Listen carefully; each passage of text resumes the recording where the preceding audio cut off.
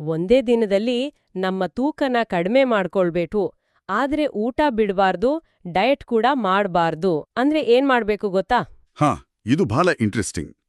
ನಾವು ಭೂಮಿಯ ಸಮಭಾಜಕ ವೃತ್ತದಿಂದ ಉತ್ತರ ಧ್ರುವಕ್ಕೆ ಅಲ್ಲದೆ ಭೂಮಿಯ ತುದಿಗೆ ಹೋಗಿ ಆ ತೂಕದ ಮಷಿನ್ ಮೇಲೆ ನಿಂತರೆ ಸಾಕು. ಹೌದು, ಆ ಮಷಿನ್ ಬೇರೆದೇ ನಂಬರ್ ತೋರ್ಸುತ್ತೆ.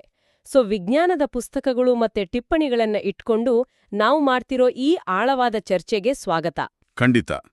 ಇವತ್ತು ನಾವು ನಮ್ಮ ದೇಹದಲ್ಲಿರುವ ವಸ್ತು ಮತ್ತೆ ಭೂಮಿ ನಮ್ಮನ್ನ ಜಗ್ಗುವ ಸೆಳೆತ ಇವೆರಡರ ನಡುವಿನ ಅಸಲಿ ವ್ಯತ್ಯಾಸನ ಭೇದಿಸ್ತಾ ಇದ್ದೀವಿ. ರೈಟ್. ಅಂದ್ರೆ ಆ ತೂಕದ ಮಷಿನ್ ಮೇಲೆ ನಿಂತಾಗ ಆ ನಂಬರ್ಸ್ ಏನ್ ಹೇಳುತ್ತೆ ಅಂತ. ಇದನ್ನ ಅರ್ಥ ಮಾಡ್ಕೊಳಕ್ ಮೊದ್ಲು ನಮ್ಮ ದೇಹದ ಒಳಗಿರೋ ವಸ್ತುವಿನ ಬಗ್ಗೆ ತಿಳ್ಕೋಬೇಕು ಅಲ್ವಾ? ಕರೆಕ್ಟ್. ಈಗ ಒಂದು ಸಿಂಪಲ್ ಉದಾಹರಣೆ ತಗೊಳ್ಳೋಣ. ಒಂದು ಶಾಲೆಯ ಬ್ಯಾಗ್ ಇದೆ ಅನ್ಕೊಳ್ಳಿ. ಅದರಲ್ಲಿ 100 ಗೋಲಿಗಳಿವೆ. ಈ ಗೋಲಿಗಳೇ ನಾವು ಹೇಳ್ತಿರೋ ಮ್ಯಾಸ್ ಅಲ್ವಾ? ಎಕ್ಸಾಕ್ಟ್ಲಿ, ಆ ಗೋಲಿಗಳೇ ಮಾಸ್.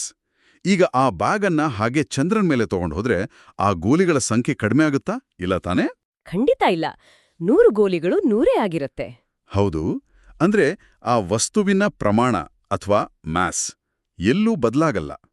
ವಿಜ್ಞಾನದಲ್ಲಿ ಈ ಮ್ಯಾಸ್ ಅನ್ನ ಕಿಲೋಗ್ರಾಂ ಅಥವಾ ಗ್ರಾಂನಲ್ಲಿ ಅಳೆಯುತ್ತಾರೆ. ಓಕೆ, ಆದ್ರೆ ನಾವು ಮಷೀನ್ ಮೇಲೆ ನಿಂತಾಗ ನೋಡುವ ನಂಬರ್ ಈ ಮ್ಯಾಸ್ ಅಲ್ಲ ತಾನೇ? ಹಾಗಾದ್ರೆ ಆ ವೇಟ್ ಅಂದ್ರೇನು? ಅಲ್ಲಿಯೇ ಇರೋದು ಅಸಲಿ ಮ್ಯಾಜಿಕ್.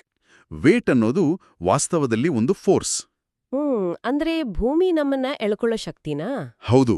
ನಮ್ಮ ದೇಹದ ಮ್ಯಾಸ್ ಅನ್ನ ಭೂಮಿ ತನ್ನ ಕಡೆಗೆ ಎಷ್ಟು ಬಲವಾಗಿ ಎಳೆದುಕೊಳ್ಳುತ್ತಿದೆ ಅನ್ನೋದೇ ಈ ಗ್ರಾವಿಟೇಷನಲ್ ಪುಲ್. ಓಹೋ, ಇದನ್ನೇ ನಾವು ವೇಟ್ ಅನ್ನೋದು. ಇದು ಒಂದು ಫೋರ್ಸ್ ಆಗಿರೋದ್ರಿಂದ ಇದನ್ನ ನ್ಯೂಟನ್ನಲ್ಲಿ ಅಳೆಯುತ್ತಾರೆ. ವಾವ್!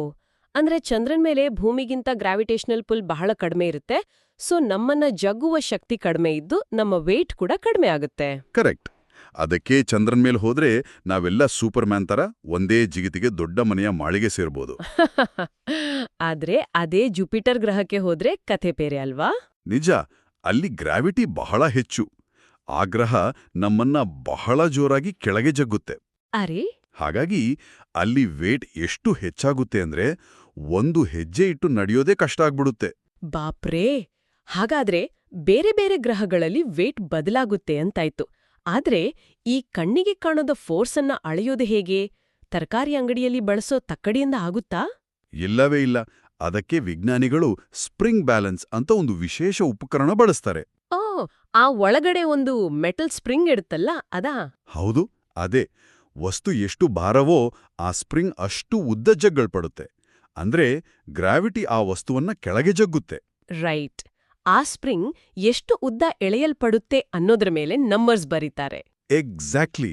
ಇದನ್ನ ಸರಿಯಾಗಿ ಗುರುತಿಸಿ ಮಾರ್ಕ್ ಮಾಡೋ ಪ್ರಕ್ರಿಯೆನೇ ಕ್ಯಾಲಿಬ್ರೇಷನ್. ಇದರಲ್ಲಿ 2 ಅಂಶಗಳು ಮುಖ್ಯ. ಮೊದಲನೇದು ರೇಂಜ್. ರೇಂಜ್ ಅಂದ್ರೆ ಆ ಉಪಕರಣದ ಅಳತೆಯ ಮಿತಿ ಅಲ್ವಾ? ಹೌದು. ಈಗ ಉದಾಹರಣೆಗೆ 0ಯಿಂದ 10 ನ್ಯೂಟನ್ವರೆಗೆ ಮಾತ್ರ ಅಳೆಯೋ ಚಿಕ್ಕ ಸ್ಪ್ರಿಂಗ್ ಬ್ಯಾಲೆನ್ಸ್ಗೆ ಒಂದು ದೊಡ್ಡ ಆನೆನ ನೇತು ಹಾಕಿದ್ರೆ ಆ ಸ್ಪ್ರಿಂಗ್ ಪಟಾರ್ ಅಂತ ಮುರಿದೋಗತ್ತೆ. ಯಾಕಂದ್ರೆ ಆನೆಯ ಫೋರ್ಸ್ ಆ ಸ್ಪ್ರಿಂಗ್ ಬ್ಯಾಲೆನ್ಸ್ನ ರೇಂಜ್ಗಿಂತ ಬಹಳ ದೊಡ್ಡದು. ಕರೆಕ್ಟ್. ಇನ್ನು 2ನೇ ಅಂಶ ಲೀಸ್ಟ್ ಕೌಂಟ್. ಅಂದ್ರೆ ಸ್ಕೇಲ್ ಮೇಲಿರೋ ಅತಿ ಚಿಕ್ಕ ಅಳತೆಯ ಗೆರೆ. ಅಂದ್ರೆ 0.1 ನ್ಯೂಟನ್ ತರ ಅಲ್ವಾ? ಇದರಿಂದ ಸಣ್ಣ ಸಣ್ಣ ಬದಲಾವಣೆಗಳನ್ನು ಕೂಡ ಕರಾರುವಾಗಿ ಅಳೆಯಬಹುದು. ಹೌದು. ಇದು ದೊಡ್ಡ ಸೇತುವೆ ಕಟ್ಟುವ ಇಂಜಿನಿಯರ್ಗಳಿಗೆ ಮತ್ತೆ ಬಾಹ್ಯಾಕಾಶಕ್ಕೆ ಹೋಗೋ ಗಗನಯಾತ್ರಿಗಳಿಗೆ ಬಹಳ ಮುಖ್ಯ. ನಿಜ. ಒಟ್ನಲ್ಲಿ ನಾವು ಒಂದು ಸಿಂಪಲ್ ರೂಲ್ ನೆನ್ಪಿಟ್ಕೊಳ್ಳೋಣ. ಮಾಸ್ ಅಂದ್ರೆ ನಮ್ಮೊಳಗಿರೋ ವಸ್ತುವಿನ ಪ್ರಮಾಣ, ಅದು ಬದಲಾಗಲ್ಲ. ಮತ್ತೆ ವೆಯ್ಟ್ ಅಂದ್ರೆ ಭೂಮಿ ನಮ್ಮನ್ನ ಎಷ್ಟು ಗಟ್ಟಿಯಾಗಿ ಅಪ್ಕೊಂಡಿದೆ ಅನ್ನೋದು. ಖಂಡಿತ. ಈ ಭೂಮಿಯ ಅಪ್ಪಿಕೊಳ್ಳುವಿಕೆಯೇ ಇಡೀ ವಿಶ್ವದ ಬ್ಯಾಲೆನ್ಸ್ ಕಾಪಾಡ್ತಾ ಇರೋದು. ಪಕ್ಕಾ ಹೇಳಿದ್ರಿ. ಹಾಗಾದ್ರೆ ಕೊನೆಯದಾಗಿ ಒಂದು ಯೋಚನೆ ಮಾಡೋಣ. ಹತ್ತಿರದಲ್ಲಿ ಯಾವುದೇ ಗ್ರಹಗಳಿಲ್ಲದ ಅತಿ ದೂರದ ಕತ್ತಲ ಬಾಹ್ಯಾಕಾಶದಲ್ಲಿ ತೇಲುತ್ತಿರುವಾಗ ಈ ವೆಯ್ಟ್ ಏನಾಗಬಹುದು? ಅದೊಂದು ಅದ್ಭುತವಾದ ಪ್ರಶ್ನೆ. ಹೌದು. ಇದರ ಬಗ್ಗೆ ಸ್ವಲ್ಪ ಯೋಚಿಸ್ತಾ ಇರಿ. ಮುಂದಿನ ಬಾರಿ ಆ ತೂಕದ ಮಷೀನ್ ಮೇಲೆ ನಿಂತಾಗ ಕೇವಲ ನಂಬರ್ ಅಷ್ಟೇ ಅಲ್ಲ, ಆ ಭೂಮಿಯ ಅಪ್ಪುಗೆ ಕೂಡ ನೆನಪಾಗಲಿ.